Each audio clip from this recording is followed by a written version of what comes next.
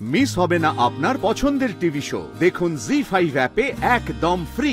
Advocate Raghu রায়ের ক্রিমিনালসদের সাথে বরাবরই যোগাযোগ ছিল। এর থেকে অকাট্য প্রমাণ আর কি হতে পারে ইওর অনার? এরপর যদি অভিযুক্ত দাবি করেন যে নিউজ পেপারে প্রিন্ট করা আর্টিকেল ভুল, তাহলে আর আমার কিচ্ছু বলার নেই ইওর অনার। মিস্টার রঘু রায়ের সাথে বাদশার আজকের সম্পর্ক নয়, বহুদিনের সম্পর্ক। আমি সেটা আদালতে পেশ করতে পারি। এই কাগজে আমার কথার সত্যতা আপনি পাবেন স্যার।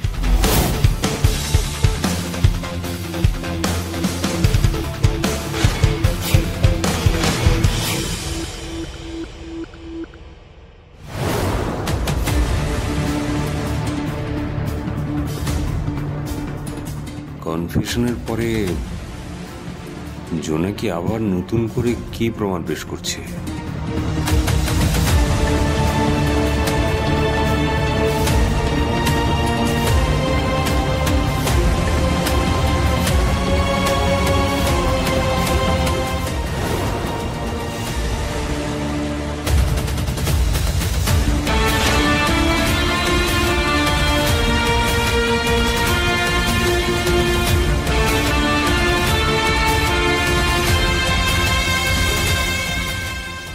কথা আমাকে আরো বলনি কেন?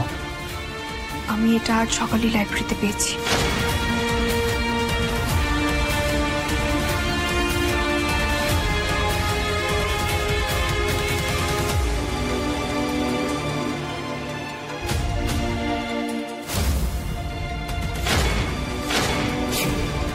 সেটা নিয়ে এখানে চলে এসেছি।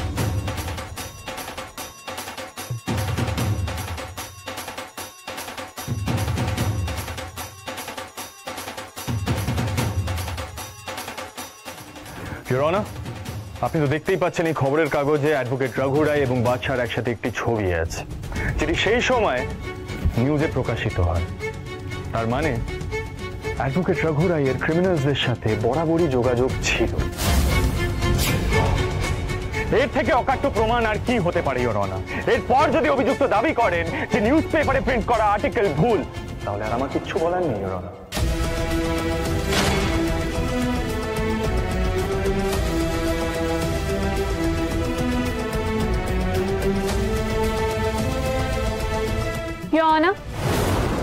এই মেয়েটা কোর্টের লাইব্রেরিতে কাজ করে এবং সেখান থেকে একটা গুরুত্বপূর্ণ কাগজ নিয়ে এসেছে।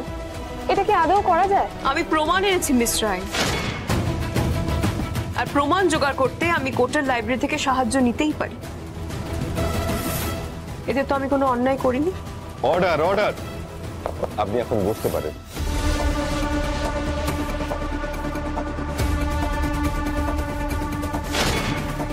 অ্যাডভোকেট রায়, এবার আপনি আপনার ক্লারিফিকেশন দিন। ইওর অনার, আমি আগেও বলেছি, আমি আবার বলছি, এটা সম্পূর্ণ মিথ্যে এবং সাজানো ঘটনা। এবারে তো সবটা জলের মতন পরিষ্কার হয়ে গেল ইওর অনার। অ্যাডভোকেট রঘু রায় বরাবর কোর্টকে মিথ্যে কথা বলে বিভ্রান্ত করেছে। উনি কি দাবি করছেন? নিউজ পেপারে প্রিন্ট করা একটি আর্টিকেল সেটা ভুল, এই দাবি করছেন উনি। ইওর অনার, অ্যাডভোকেট রঘু রায় বাদশাকে ভালো করেই চেনে এবং জোনাকি বিশ্বাসকে কিডন্যাপ করানো সাইড বাই সাইড আরো অনেক অনৈতিক কাজ বাদশাকে দিয়ে করিয়েছে, ইজন্ট ইট?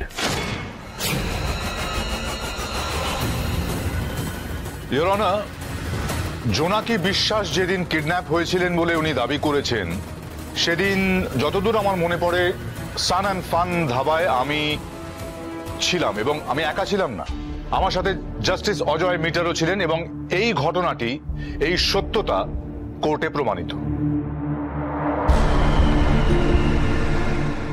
যে সান অ্যান্ড ফান ধাবার কথা অ্যাডভোকেট রঘু রায় বলছেন, সেই সান অ্যান্ড ফান ধাবার মালিক আর কেউ নয়, বাদশা।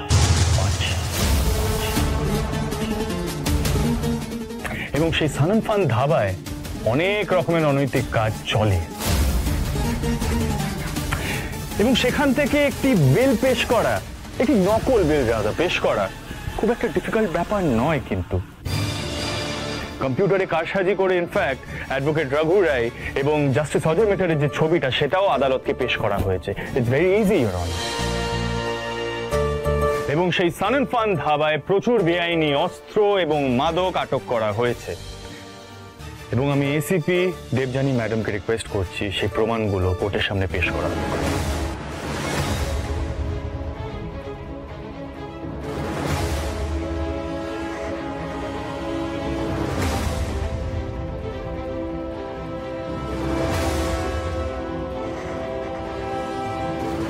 ইওর অনার, বিশ্বাস করুন, ওই ধাবায় আমি সেদিন প্রথমবার গিয়েছিলাম এবং ওখানে কি কাজকর্ম হয় কি না হয় সে বিষয়ে আমার কিছুই জানা ছিল না।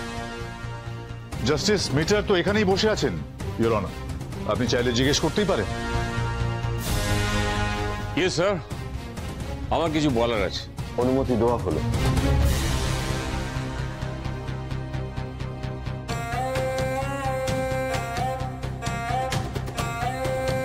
যাহা বলিব সত্য বলিব, সত্য বই মিথ্যা বলিব না।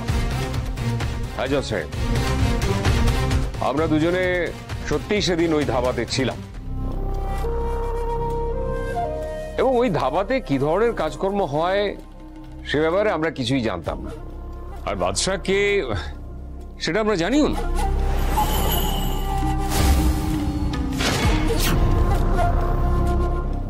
ইওর অনার, বাদশাকে অ্যাডভোকেট রঘু রায় চেনেন কিনা তার প্রমাণ আমি অলরেডি মহামান্য আদালতের কাছে পেশ করে দিয়েছি।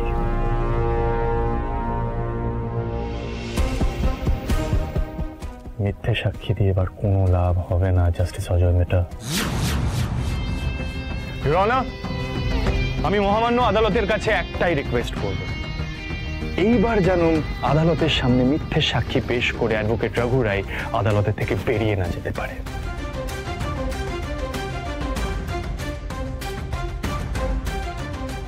এটাই নিশ্চিত করে দেওয়া হোক। Thank you your honour, that's all. আপনি এবার বসতে পারেন। সমস্ত প্রমাণ ও সাক্ষ্যের ভিত্তিতে এই আদালত এই বিষয়ে নিশ্চিত যে কুখ্যাত অপরাধী বাদশার সঙ্গে অভিযুক্ত রঘু রায়ের সম্পর্ক অনেক আগে থেকেই ছিল। জোনাকি বিশ্বাসের অপহরণ কাণ্ডে বাদশার স্বীকারোক্তি প্রমাণ করে যে অভিযুক্ত রঘু রায় এই অপরাধের সঙ্গে জড়িত এবং তিনি এই অপহরণ কাণ্ডের আর সেই প্রমাণিত অভিযোগের উপর ভিত্তি করে আদালত অপরাধী রঘু রায়কে দোষী সাব্যস্ত করছে। আদালত অভিযুক্তকে 7 লক্ষ টাকা জরিমানা করছে এবং 5 বছরের জন্য কারাদণ্ডে দণ্ডিত করছে।